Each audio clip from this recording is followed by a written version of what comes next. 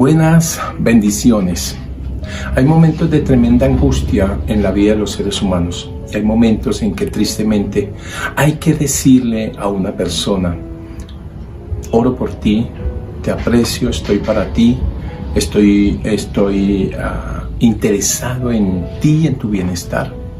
Pero por la dureza de tu corazón quiero recomendarte que Dios no quiera, cuando estés en un momento extremo, puedas levantar tus ojos al cielo, clamar a Dios, recordar estas palabras: Dios te ama y anhela tu salvación, anhela perdonarte y anhela rescatarte, salvarte, porque Dios es un Dios de salvación. Hay personalidades difíciles, como la del profeta Jonás, por ejemplo, que nos ocupa hoy, capítulo 2, versículo 1 al 10. Personalidades que de alguna manera, en resumen, se resisten a que la misericordia de Dios alcance a otras personas.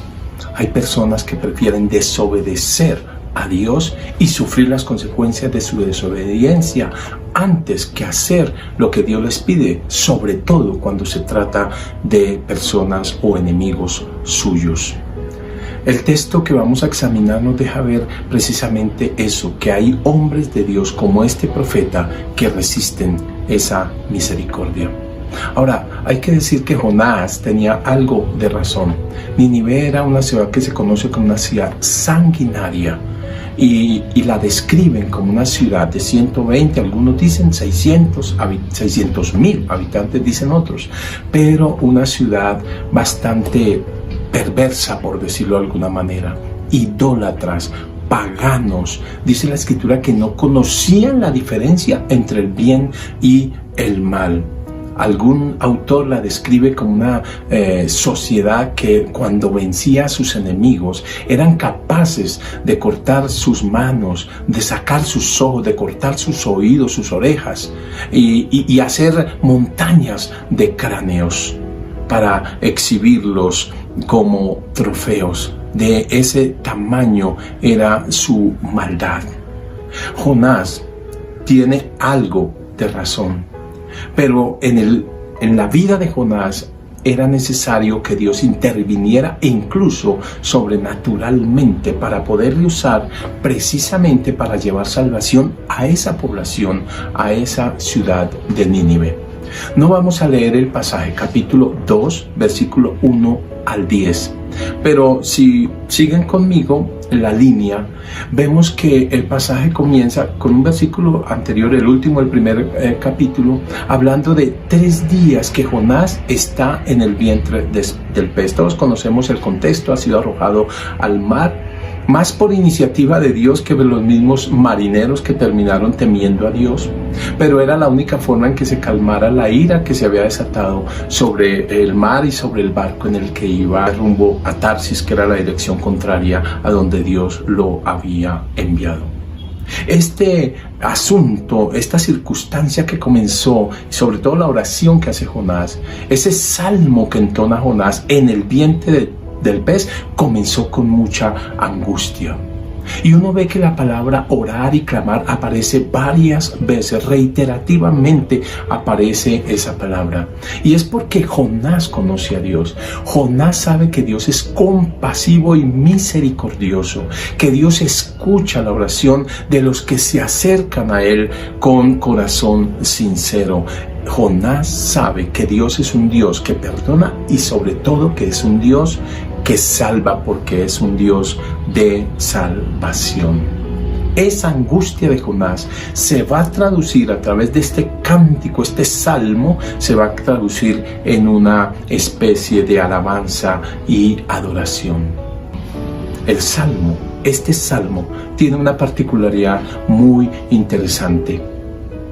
Cambia de estar hablando en tercera persona a hablar en segunda persona, y de alguna manera automáticamente el lector se encuentra el lector orando prácticamente con Jonás, reconociendo probablemente con Jonás las misericordias de Dios.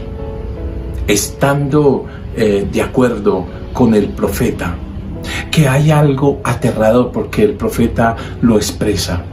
Hay algo que aterra a cualquier hijo de Dios y es la posibilidad o la idea, la sola idea de saberse lejos de la gracia, de la misericordia, de la compasión de Dios, de la comunión con Dios. Creo que esa fue la tremenda experiencia que vivió nuestro Señor Jesucristo en la cruz, cuando dijo: Padre, Padre, ¿por qué me has abandonado? Él había orado previamente y había dicho: Señor, Padre, si es posible, pasa de mí esta copa. Y creo sinceramente que lo que Jesús está diciendo en ese momento es: me angustia profundamente tener que vivir la experiencia de nuestra comunión rota, así sea temporalmente. Lo ideal para todo ser humano es que tuviera esa sensación de angustia al romper la comunión con el Padre. Interesante que a Jonás le pasó lo que a muchos probablemente nos ha pasado. Pretender seguir en comunión con Dios a pesar de nuestra desobediencia. Pero Dios actúa en la vida de Jonás y en la vida de todos sus hijos para que eso no sea así. El lector, junto con Jonás, nos encontramos haciendo memoria de cómo Dios nos ha sacado de circunstancias difíciles. Y si vamos un poco más allá, nos encontramos haciendo memoria de cómo Dios ha tenido misericordia y nos ha sacado literalmente de la condenación, de la esclavitud, para su gloria. Muchas veces estando en el extremo, en el borde del abismo, desde ahí el Señor nos ha rescatado, nos ha levantado, y eso es lo que Jonás está expresando. ¿Saben? Jonás llega a una conclusión, que es la conclusión de todos. En momentos de desfallecer, en momentos de que se acaban las fuerzas literalmente, en momentos de que nos vemos en la sin salida, hay un camino, y el camino es acordarse del Señor y orar, clamar.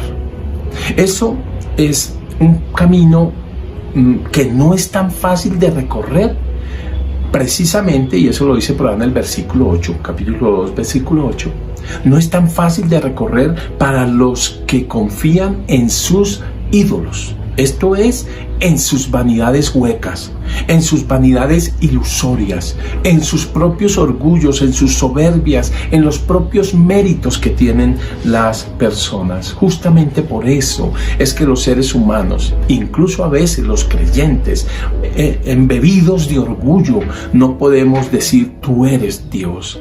Tú eres el que tienes la razón. Tú eres el que conoces el camino por el cual yo debo andar. El profeta advierte que los que hacen de esa manera se olvidan de las misericordias de Dios, de la gracia de Dios para con ellos y de la gracia de Dios para otras personas. Hay un camino para poder ser agradecidos, para poder adorar, para poder servir, para poder cumplir la agenda de Dios.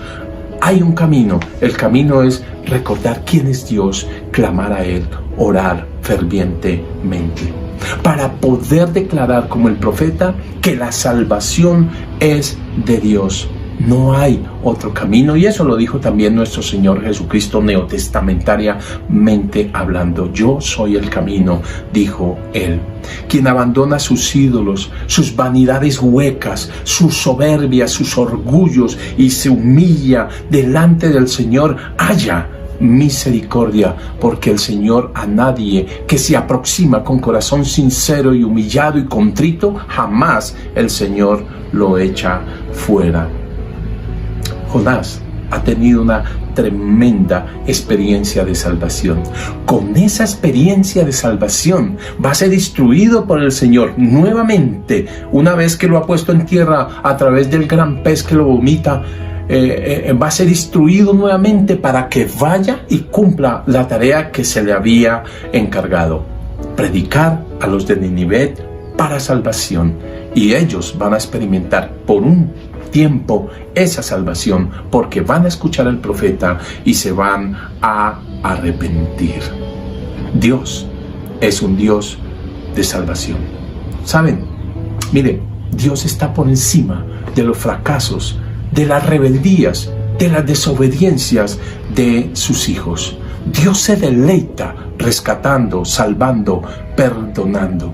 Muchos conocemos a Dios y anhelamos en nuestro corazón darle gracias, junto con el apóstol Pablo cuando decía: doy gracias a Dios por Jesucristo, porque Él nos ha librado del foso, de la esclavitud, de la condenación. Nada ni nadie podrá separarnos del amor de Dios en Cristo Jesús. Pero necesitamos sensibilidad para no querer de ninguna manera afectar nuestra comunión con Dios. Necesitamos también que en nuestro corazón no pretendamos desestimar nuestros fracasos y nuestros pecados delante de Dios, porque ellos afectan la comunión con Dios.